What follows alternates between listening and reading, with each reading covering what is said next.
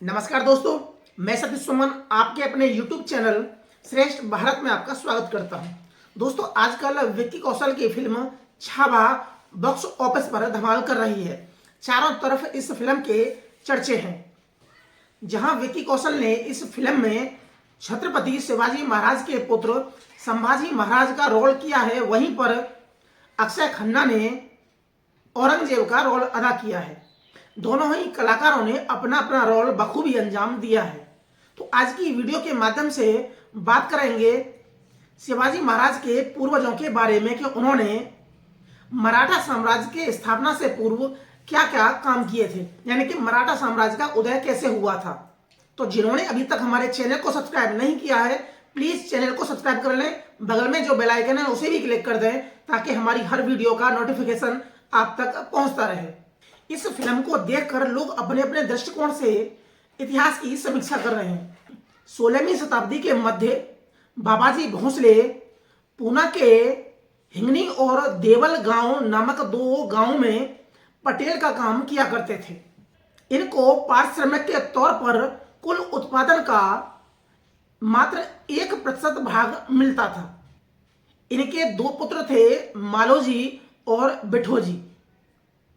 पड़ोसियों से अनबन होने के कारण दोनों भाई अपने परिवार के साथ उस गांव को छोड़ देते हैं और एलोरा पहाड़ी के नीचे विरूल गांव में बस जाते हैं, जहां पर खेती का काम करते थे दोनों भाई। लेकिन कम आमदनी होने के कारण दोनों भाई इस गांव को छोड़कर चले जाते हैं और सिंदखेड़ के जमींदार और अहमदनगर राज्य के सेनापति लखूजी यादव राय के पास चले जाते हैं और वहां पर घुड़सवारों की सेना में नौकरी करते हैं। मालोजी के बड़े लड़के का नाम था शाहजी, जो देखने में बहुत सुंदर थे। एक दिन यादव राव अपनी बैठक में भाई बंधु और नौकर चाकर के साथ बैठे थे और नाच गाने का आनंद ले रहे थे। उनके एक तरफ मालोजी के पुत्र शाहजी बैठे थे, जिनकी उम्र उस समय मात्र 5 साल की थी। तो दूसरी ओर यादव राव की पुत्री जीजाजी बैठी थी। उस समय उनकी आयु मात्र 3 साल की थी। यादव राव की पत्नी का नाम था गिरजाबाई। तो यादव राव ने मजाक मजाक में यह कह दिया कि जीजाबाई और शाहजी दोनों देखने में कितने सुंदर लग रहे हैं। इतने में मालोजी ने खड़े होकर कहा कि आप लोग गवाह हैं, इन्होंने अपनी पुत्री का मेरे पुत्र से रिश्ता पक्का कर दिया है। यह बात सुनकर लखूजी यादव राव खिन्न हो जाते हैं और वहां से चल देते हैं और अगले ही दिन दोनों भाइयों को तनख्वाह देकर नौकरी से बर्खास्त कर देते हैं। अब दोनों भाई वापस विरूल गांव में चले जाते हैं और वहां जाकर वही काम यानी कि खेती का काम शुरू कर देते हैं। एक दिन खेत में हल चलाते वक्त उनको लोहे की 7 कड़ाही मिली, जिसमें सोने के सिक्के भरे हुए थे। यहीं से इन दोनों भाइयों के दिन बदलने वाले थे। इस धन को एक विश्वासी साहूकार के यहाँ जमा कर दिया और कुछ धन खर्च करने के लिए ले लिया। इस धन से दोनों भाइयों ने कुछ घोड़े, कुछ जीन, कुछ हथियार वगैरह ले लिए। फिर 1000 घुड़सवारों की सेना तैयार कर ली और उसके सेनापति बनकर फलटन गांव के निम्बालकर वंश के जमींदार के साथ मिलकर लूटपाट करना प्रारंभ कर दिया। कुछ दिनों बाद निजाम शाही सुल्तान ने उनको अपनी सेना में भर्ती करके सेनापति की उपाधि दे दी। निजाम शाही के यहाँ नौकरी करने से मालोजी पर काफी धन हो गया। अब वह लखूजी यादव राव के बराबर हो गए।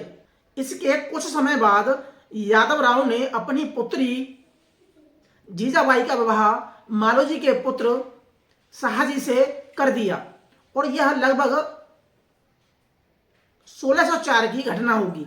धन और मान का सुख भोग कर मालोजी का कुछ समय बाद निधन हो गया। उसके बाद जमींदारी और सेना का जो दारोमदार था वह बिठोजी पर आ गया। अब बिठोजी सेना का संचालन करने लगे।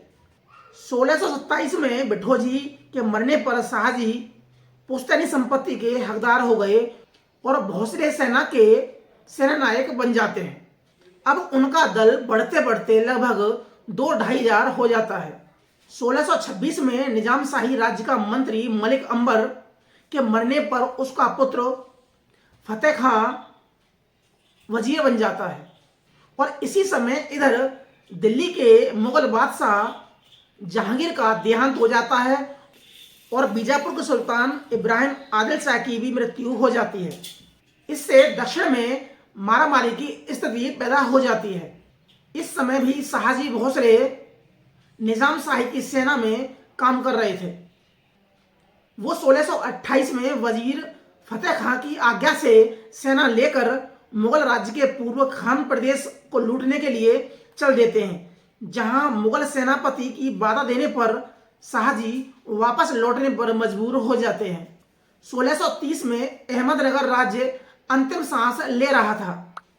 इसी मौके का फायदा उठाकर शाहजी भोसले ने अपने लिए राज्य जीतना प्रारंभ कर दिया था। वे कभी मुगलों के साथ, कभी बीजापुर के आदिल शाह के साथ हो जाते और कभी निजाम शाही की नौकरी करने लगते। 1633 में मुगलों ने निजाम शाही की राजधानी दौलताबाद को जीतकर सुल्तान को कैद कर लिया। मुगलों के साथ लड़ाई हारने के उपरांत शाहजी सब कुछ छोड़ छाड़ कर बीजापुर को सुल्तान आदिल शाह के यहाँ चले जाते हैं और वहां पर सेना में नौकरी करना शुरू कर देते हैं। जहां शाहजी भोसले पहले निजाम शाह के यहाँ नौकरी करते थे, अब वह बीजापुर के सुल्तान के यहाँ नौकरी करना शुरू कर देते हैं। शाहजी की पत्नी जीजाबाई से 2 पुत्र पैदा हुए। पहला पुत्र यानी कि बड़ा पुत्र का नाम था शंभूजी, जिसका जन्म सन 1623 में हुआ। तरुण अवस्था में कनकगिरी के किले पर आक्रमण करते समय मारा गया। दूसरे थे शिवाजी, जो 1627 में पैदा हुए। इनका जन्म जुन्नर के पास शिवनेर की पहाड़ी के किले में हुआ और जीजाबाई भगवान शिव की परम भक्त थी, इसलिए उन्होंने अपने पुत्र का नाम शिवा रख दिया। शिवाजी के 10 वर्ष होने तक उनके पिताजी शाहजी मुश्किल से 2-3 बार शिवाजी से मिले। इसका कारण था शाहजी की दूसरी पत्नी और जीजाबाई की सौतन नाम था तोकाबाई मोहिते, जिनसे एक पुत्र पैदा हुआ। उसका नाम था विंक्योजी, जिसे कहीं कहीं पर एकोजी भी लिखा गया है। शाहजी भोसले ने तोकाबाई के प्रेम के वशीभूत होकर अपनी पहली पत्नी जीजाबाई और अपने बड़े पुत्र शिवाजी से बिल्कुल मुंह मोड़ लिया।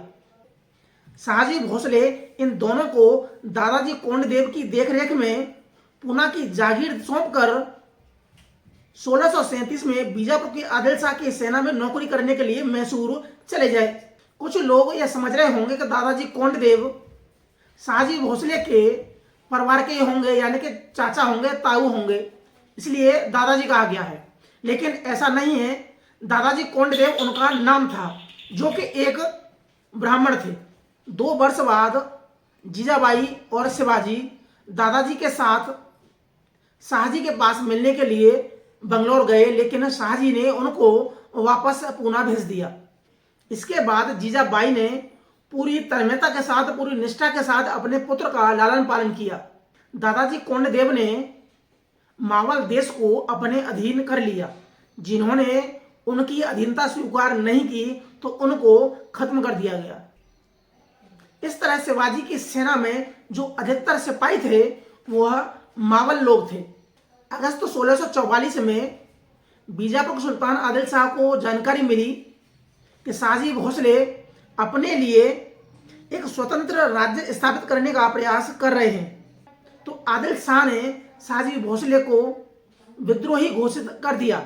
शाहजी भोसले ने दादाजी कोंडदेव के नेतृत्व में सेना भेजकर कोंडाना किले पर आक्रमण किया और उसे अपने अधिकार में कर लिया। इसी कोंडाना किले पर अधिकार करने के बाद शाहजी भोसले ने इस किले को शिवाजी को दे दिया। सन 1647 में दादाजी कोंडदेव की मृत्यु हो जाती है। उनकी मृत्यु के बाद सेना के संचालन का पूरा भार शिवाजी पर आ जाता है। शिवाजी महाराज ने श्यामराज नीलकंठ रांचे को अपना पेशवा बनाया। बालकृष्ण दीक्षित को हिसाब लिखने वाला और सोनाजी पंत को दबीर यानी कि चिट्ठी लिखने वाला बनाया और रघुनाथ बल्लाल कोर्डे को फौज को तनख्वाह देने वाला पद दिया। 1646 में बीजापुर के सुल्तान मोहम्मद आदिल शाह बीमार पड़ गए, यानी कि बीमार हो जाने के 10 साल बाद आदिल शाह का निधन हो जाता है। इन 10 सालों में राज्य को उसकी बड़ी बेगम साहिबा ने चलाया। शिवाजी ने मौका देखकर बाजी पासलकर, येसाजी कंक और तानाजी मालसुरे को बीजापुर के तोरणा किले पर हमले करने के लिए भेजा और इस हमले में उन्होंने तोरणा किला जीत लिया, यानी कि तोरणा किले पर अपना अधिकार कर लेते हैं। इसी किले से थोड़ी दूरी पर शिवाजी महाराज के द्वारा एक नया किला बनवाया गया और इस किले का नाम रखा गया राजगढ़। और 1647 के यानी कि आधे साल तक, यानी कि जुलाई तक शिवाजी महाराज ने कई किले अपने अधिकार में कर लिए। तो दोस्तों आज की वीडियो में सिर्फ इतना ही। अगली वीडियो में पढ़ेंगे हम शिवाजी महाराज के पूरे राज्यकाल के बारे में, उनके संघर्षों के बारे में। तो मिलते हैं हम अगली वीडियो में, तब तक के लिए नमस्कार।